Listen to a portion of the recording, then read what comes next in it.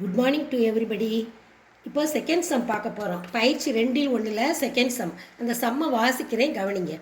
ஒரு நபரிடம் 532 பூந்தொட்டிகள் உள்ளன.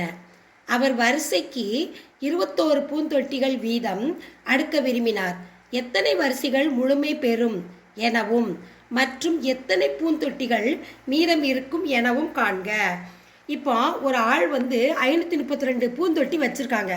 ஒவ்வொரு வரிசைக்கும் 21 வைக்கிறாங்க. எத்தனை வருஷம் முழுமை இருக்கும், மீதி எத்தனை இருக்குன்னு கேட்டிருக்காங்க. இப்போ நம்ம பார்க்க போகிறோம். அதுக்கு முன்னாடி ஒன்று நான் உங்களுக்கு சொல்கிறேன்.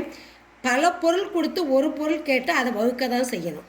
அது உங்களுக்கு நல்லா தெரியும். இப்போ 532 கொடுத்துருக்காங்க, 21 வகுக்க போகிறோம். வகுக்கிறது எந்த முறையில் வகுக்கன்னா, யூக்ளிடின் வகுத்தல் துணை தேற்ற முறைப்படி வகுக்க போகிறோம். இப்போ அதுக்கு ஒரு ஃபார்முலா இருக்குது. அந்த ஃபார்முலா என்னன்னு பாருங்கள்.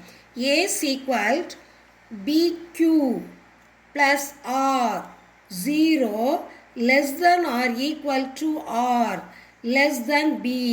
இதுதான் யூக்ளிடின் வகுத்தல் துணை தேற்ற ஃபார்முலா. இந்த ஃபார்முலா படி செய்ய போகிறோம்.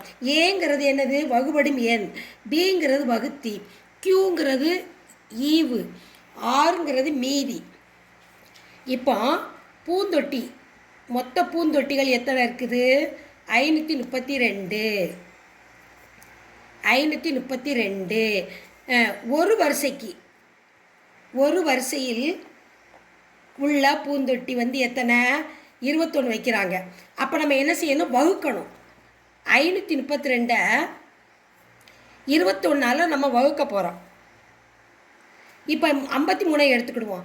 2 தடவை வகுக்க போகிறோம். ஓரன் 2, 2 2 4, 2 தடவை வகுத்துட்டோம். 21 வகுக்கிறோம். 532 முதல்ல 2 வகுத்தோம், 42. இப்போ இதை கழிக்கணும். 3ல் 2 போச்சுன்னா 1, 3ல் 2 போச்சுன்னா 1, 5ல் 4 போச்சுன்னா 1. இப்போ 11 இதில் அடங்காது. அப்போ இதை நம்ம இறக்குறோம் 2. இப்போ 112 இருக்குது. இது எத்தனை தடவை வரும்? 5 தடவை பார்ப்போம். ஓரஞ்சு 5, 2 10. இப்போ 12ல் 5 போச்சுன்னா 7.